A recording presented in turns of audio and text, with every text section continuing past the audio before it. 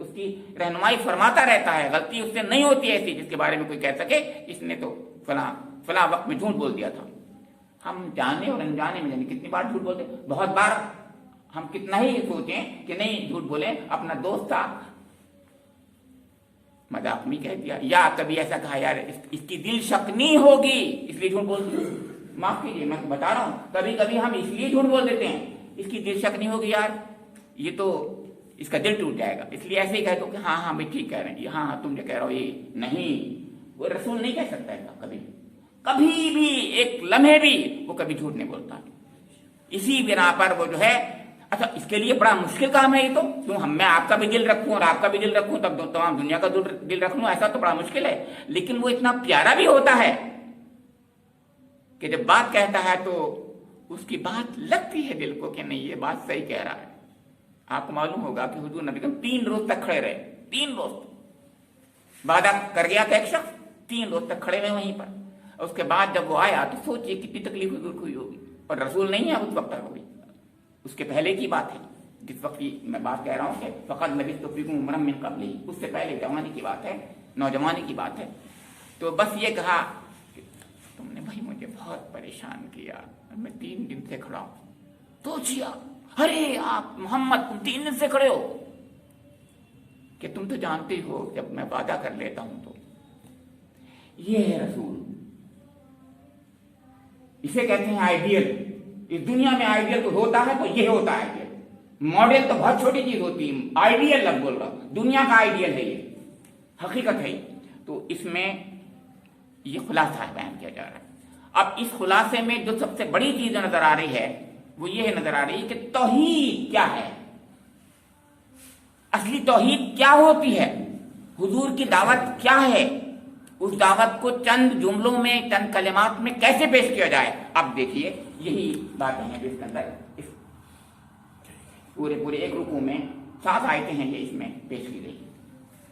ایک آیت گزشتہ جمعے کو ہو چکی تھی، لیکن وہ کیونکہ اسے لنک ہے اس کے بغیر کام نہیں بنے گا۔ اب میں اگر وہ آیت کو نہیں لوں گا تو اگلی وَأَنْ أَقِمْ، ان جو ہے بذات خود حرف عطف ہے، اس لیے بتانا پڑتا ہے کہ اور مجھے یہ بھی حکم دیا گیا۔ اس سے پہلے کیا کہا ہے، اب یہاں سے شروع ہو رہی تھی، اے نبی اکرم آپ فرما دیجئے ان سے۔ میں نے بتایا کیوں قل کہا جا رہا ہے، سمجھ گئے اب آپ؟ لوگوں اگر تم ابھی تک میرے دین کے متعلق کسی شک میں ہو تو سن لو کہ تم اللہ کے سوا جن کی بندگی کرتے ہو میں اس کی بندگی نہیں کرتا۔ اب آپ دیکھیے یہ بالکل وہی انداز ہے، قل یا ایھا الکافرون لا اعبد ما تعبدون ولا انتم عابدون ما اعبد ولا انا عابد ما عبدتم ولا انتم عابدون ما اعبد لکم دینکم ولی دین۔ یہ بالکل وہی ہے، اس کا مطلب تقریباً اسی زمانے میں یہ بھی سورہ نازل ہوئی ہوگی، کون سی، یا ایھا الکافرون، اور یہ بھی اسی زمانے میں، اس کا مطلب بہت آخری دور کی سورہ ہے، اس سے بات بار بار آ رہی ہے، اس سے یہ پتہ چلتا ہے۔ یعنی ایک طرف اس زمانے میں ان لوگوں کے ساتھ میں جب گئے ہوں گے تو حضور نے فرمائی، اور یہاں دوسرے انداز سے بات پیش کی، وہی بات بالکل ہے۔ اب کہا گیا کہ تم کو شک ہے اگر اس بات میں کہ میرا دین کیا ہے، یعنی میں کیا کرتا ہوں، میرے کیا مطالبات ہیں، تو سنو، میرا صرف سب سے بڑا اظہار یہ ہے کہ میں ان کی عبادت نہیں کرتا جن کی تم عبادت کرتے ہو۔ اب وہ پوچھیں، وہ کہتے تھے کہ نہیں ہم بھی کرتے ہیں، وہ تو بیت اللہ کے مجاور تھے، وہ کہہ سکتے تھے اور کہتے تھے، ارے بھائی کیسی باتیں کر رہے ہو، ہم تو مجاور ہیں اس کے بیت اللہ کے۔ تو اللہ کے رسول سے کہلوایا گیا نہیں، اس کو نہیں کہتے اللہ کی عبادت، الا لہ الدین الخالص۔ اسی بات کو دوسرے انداز سے کہا ہے، اس انداز سے کہا ہے کہ وَأَنْ أَقِمْ وَجْهَكَ لِلدِّينِ حَنِيفًا، یہ کہا ہے۔ یعنی مطلب تم اگر سمجھتے ہو کہ بھئی تم بھی کرتے ہو خدا کی پرستش اللہ کی، اللہ کو مانتے تھے وہ، تو تم نے یہ 360 بتوں جو لگا رکھے ہیں ان کی پرستش بھی کرتے ہو تم، اور تم کہتے ہو کہ میں خدا کی بھی کرتا ہوں اور ہم ان کی بھی کرتے ہیں ان کی بھی کرتے، تو نہیں کرتے تم۔ اصلی پرستش تو وہ مانی جائے گی جو کسی ایک کے لیے یکسو ہو کر ہو۔ تو میں صرف ایک خدا کی پرستش کرتا ہوں، یہ ہے جو بات کی گئی کہ تم اگر کہتے ہو کہ ہم خدا کے بندے ہیں اور خدا کی پرستش کرتے ہیں تو صرف خدا کی پرستش کرو گے، تب تو تمہارا تمہارا اعلان یہ صحیح ہوگا، تمہاری بات صحیح ہوگی، ورنہ ادروائز تم جھوٹے ہو۔ ہم بھی یہ کہتے ہیں نہیں، ہم یہ کہیں کہ میں ان سے بھی محبت کرتا ہوں اور فلاں سے بھی محبت کرتا ہوں اور دونوں سے برابر محبت کرتا ہوں، بھائی نہیں ایسے نہیں کہو، ایک کی محبت زیادہ ہوگی ایک سے کم ہوگی، ایسا نہیں ہو سکتا کہ برابر برابر ہوگی، ہو ہی نہیں سکتا۔ تو یہ بات یہیں پر فرمائی۔ تو پہلی بات تو یہ کہی گئی جو بالکل اسے کہتے ہیں اعلان براءت۔ بہت بنیادی چیز یہ ہے، اسلام اس چیز کو بتاتا ہے ہمیں کہ جب ہم اپنے دین کی بات کہیں تو لگی لپٹی نہیں کہنا چاہیے۔ یہ ہے دعوت جو دی ہے، اس میں لگی لپٹی نہیں چلتی اس کے اندر۔ انہوں نے کہا انا من المسلمین، آپ کہہ دیں کہ میں مسلمانوں میں سے ہوں۔ سورہ حامی مسجدہ کی آخری ہے، واضح طور سے کہا کہہ دو کہ میں مسلمانوں میں سے ہوں، میں مسلمان ہوں بھائی۔ آپ کو کوئی اگر اس میں کوئی شک ہے یا کوئی ابہام ہے تو سن لو بھائی، میں صرف ایک خدا کی پرستش کرنے والوں میں سے ہوں۔ وہ مجھ سے اگر تم الگ سے آرگومنٹ کر لو کہ میں کیوں کرتا ہوں، یہ الگ بات ہے، لیکن میں ایک خدا کی یہاں پر۔ پھر دوسری بات جو لمبی بات ہو جائے گی، دوسری بات یہ کہی گئی کہ میرا خدا وہ خدا ہے تو موت و حیات کا خدا ہے۔ تو موت و حیات کا خدا کہنے کے بجائے قرآن کہتا ہے موت کا خدا ہے۔ کیوں معلوم آپ کو؟ اس لیے کہ حیات کے خدا کو 50 ہوتے ہیں ان کے۔ یہ جو ہوتے ہیں سارے خدا دوسرے والے جو خدا بنائے جاتے ہیں وہ حیات کے خدا ہوتے ہیں زیادہ تر۔ آپ غور کیجیے، آپ غور کیجیے، کسی کے بارے میں کہیں یہ موت کا خدا ہے یمراج، ارے بھیا ہم یمراج سے تو ہم بھاگتے ہیں، کیونکہ وہ تو آپ کو پتہ ہی وہ تو جان لے لیتا ہے۔ تو سب حیات کے خدا ہوتے ہیں۔ اس دنیا میں جتنے بھی مشرکانہ عقائد ہوئے ہیں وہ حیات کے خداؤں کی بات کرتے ہیں، مشکل کشا، حاجت روا، سب کے حاجت روا ہوتے ہیں وہ ہیں۔ لیکن مرنے کا معاملہ کیا کہ میری موت وہی لیتا ہے، مجھے موت دیتا ہے، یہ بھائی یہ نہیں چلے گی سب، یہ نہیں۔ تو اس لیے اللہ کے رسول سے کہلوایا گیا کہ یتوفاکم ولکن اعبدوا اللہ الذی یتوفاکم، جو تمہیں موت دیتا ہے۔ اچھا یہ بھی کہا جا سکتا تھا کہ مجھے موت دیتا ہے، تمہیں موت دیتا ہے، سوچ لو۔ یعنی مطلب یہ ہے ان کا بھی یہ عقیدہ تھا کہ باقی تو خدا ہوئے ہیں جو بھی ہیں وہ ہیں، ان کا بھی خیال تھا، لیکن اللہ کے بارے میں ان کا خیال تھا کہ موت جو دیتا ہے وہ صرف اللہ دیتا ہے۔ یہ بار بار آ چکی سورہ کے اندر بھی آ چکا ہے کہ اگر وہ اس نے فیصلہ کر لیا ہے تو کچھ ہوگا نہیں، آگے بھی ہے۔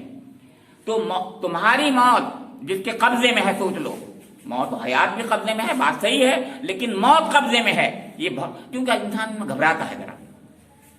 اور پھر کہا وَأُمِرْتُ أَنْ أَكُونَ مِنَ الْمُؤْمِنِينَ، مجھے یہ حکم دیا گیا ہے۔ امرتو کے اندر رسالت کا عقیدہ پنہا ہے، مجھے یہ حکم دیا گیا ہے۔ حکم کس کو ملتا ہے؟ اسی لیے حکمہ والنبوہ سورہ نام میں کہا گیا ہے۔ نبوت ہی کا ایک خاص ایک انداز ہوتا ہے، اسلوب ہوتا ہے، جس میں حکم کہا جاتا ہے قرآن میں، اس کو حکم سے نوازا اللہ تعالیٰ نے۔ نبیوں کے بارے میں آتا حکم سے، حکم مانے نبوت سے نوازا، وہ یعنی براہ راست اللہ سے تعلق قائم ہو جانا، یہ ہے حکم اور یہ ہے نبوت۔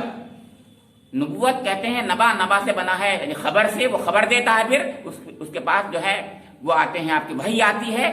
اور یہاں پر کہا گیا امیر تو مجھے حکم دیا گیا ہے، یعنی مجھے حکم دیا گیا ہے، میں نبی ہوں۔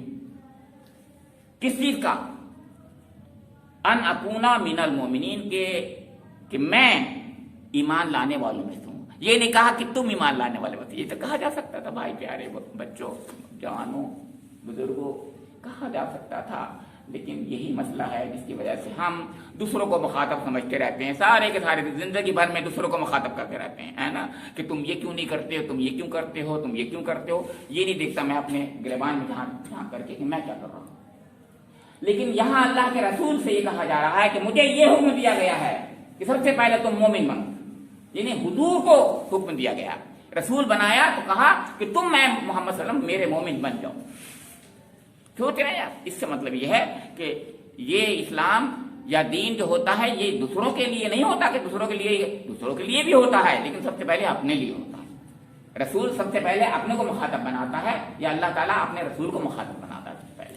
اسی لیے آپ دیکھتے ہیں تو حضور کو مخاطب کر کے بات بھی کہی جاتی ہے۔ یہ بات گزشتہ جمعے بھی